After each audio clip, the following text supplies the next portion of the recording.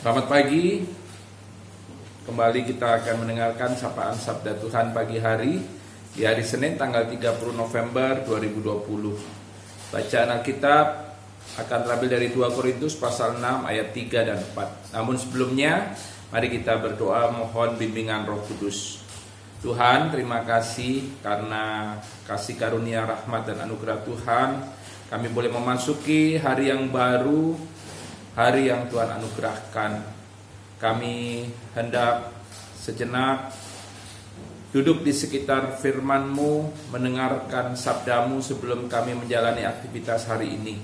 Kiranya kami bersama boleh mengerti, menghayati, dan kami boleh melakukan firman Tuhan dalam kehidupan sehari-hari.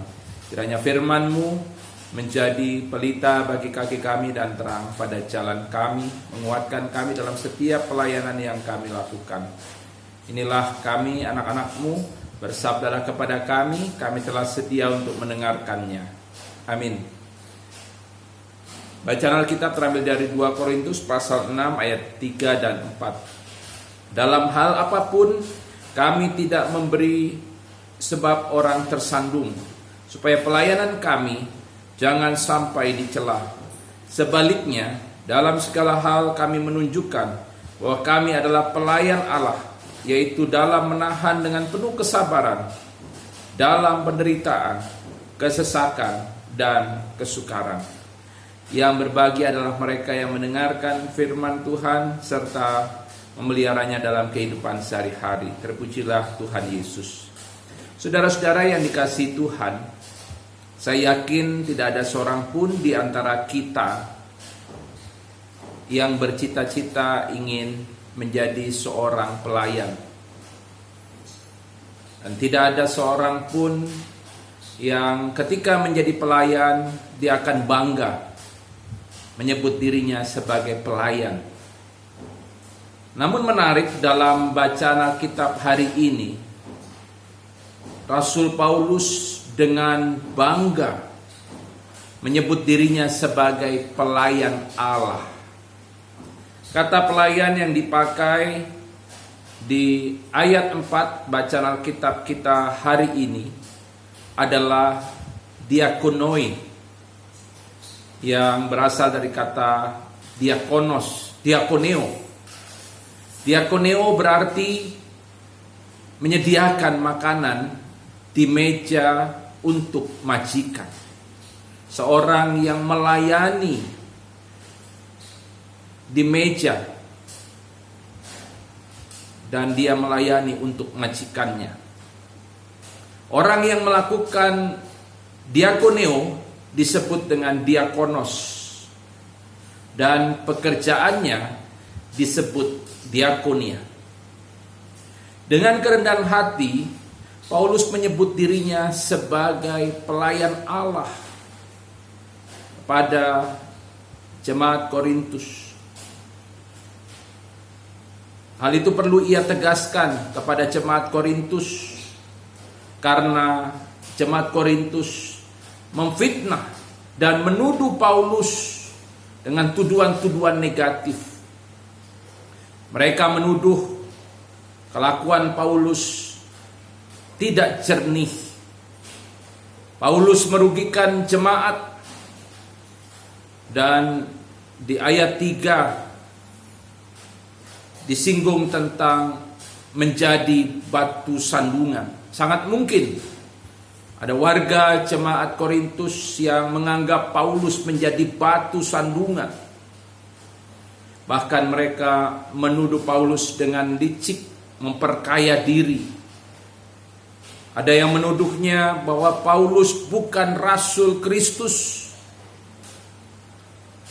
Dan sehubungan dengan tuduhan-tuduhan tersebut, Rasul Paulus mencoba untuk meluruskan tuduhan-tuduhan yang dilontarkan oleh jemaat melalui surat yang dituliskannya kepada jemaat Korintus.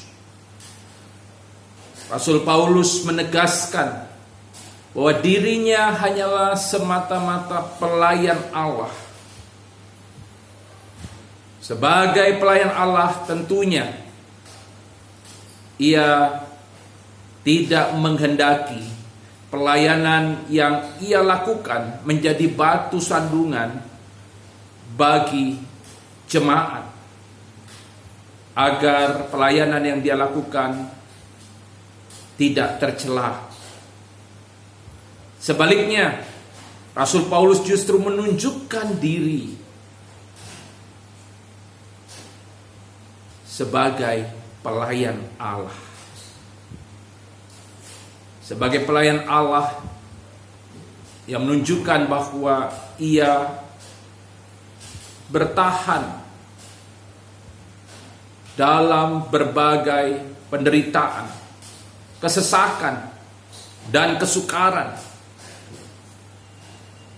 Di ayat 4 dikatakan, dalam segala hal kami menunjukkan bahwa kami adalah pelayan Allah, yaitu dalam menahan dengan penuh kesabaran dalam penderitaan, kesesakan, dan kesukaran. Sebagai pelayan Allah, Rasul Paulus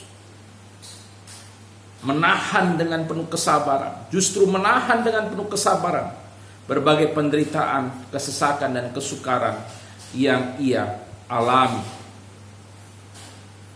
Dan sebagai seorang pelayan Allah, Rasul Paulus tidak mencari kesenangan sendiri dan melaksanakan tugas pelayanan menurut kehendaknya sendiri. Ia hanya mengikuti apa yang dikehendaki Sang Tuhan, yaitu Yesus Kristus. Mengapa Rasul Paulus sebagai pelayan Allah, dia rela menahan penderitaan, kesesakan, kesengsaraan? Karena ia telah menerima anugerah keselamatan melalui Yesus Kristus. Dan oleh karena itu, tujuan hidupnya setelah ia bertobat dan menjadi pengikut Kristus semata-mata hanyalah untuk Kristus Yesus yang sudah menyelamatkan. Dia mau hidupnya dipakai untuk melayani Tuhan Yesus. Dia mau menyerahkan tubuhnya hanya untuk Kristus. Karena Kristus Yesus adalah tujuan satu-satunya dalam hidup Rasul Paulus. Dan itu tertuang dalam Filipi pasal 1 ayat 21. Karena bagiku hidup adalah Kristus. Jelas bahwa tujuan hidup Paulus hanyalah Tuhan Yesus. Dan untuk itu dia rela menjadi pelayan Allah. Dan sebagai pelayan Allah dia rela menahan segala penderitaan, kesesakan, kesukaran, dan kesengsaraan. Saudara-saudara yang dikasihi oleh Tuhan Yesus, firman Tuhan hari ini mau mengingatkan kita bahwa keputusan untuk menjadi pengikut Kristus harus diikuti kesediaan untuk melayani Tuhan Yesus. Kita melayani Tuhan Yesus karena Tuhan Yesus sudah lebih dulu melayani kita.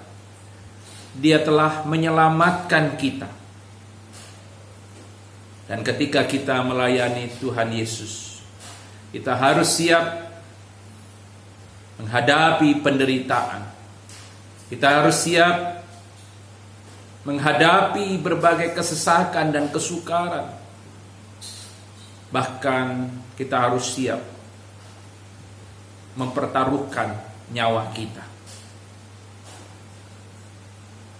Namun kita harus yakin bahwa Tuhan Yesus yang telah mengalahkan kuasa dosa dan maut, Dia akan menguatkan, Dia akan memberkati pelayanan yang kita lakukan, sehingga pelayanan kita bertumbuh dan menjadi berkat bagi banyak orang.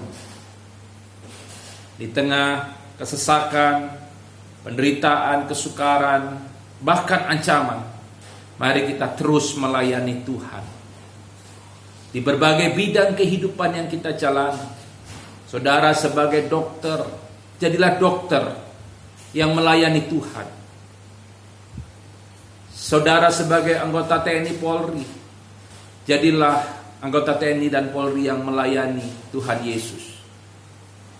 Jika saudara menjadi seorang karyawan, jadilah karyawan yang melayani Tuhan Yesus.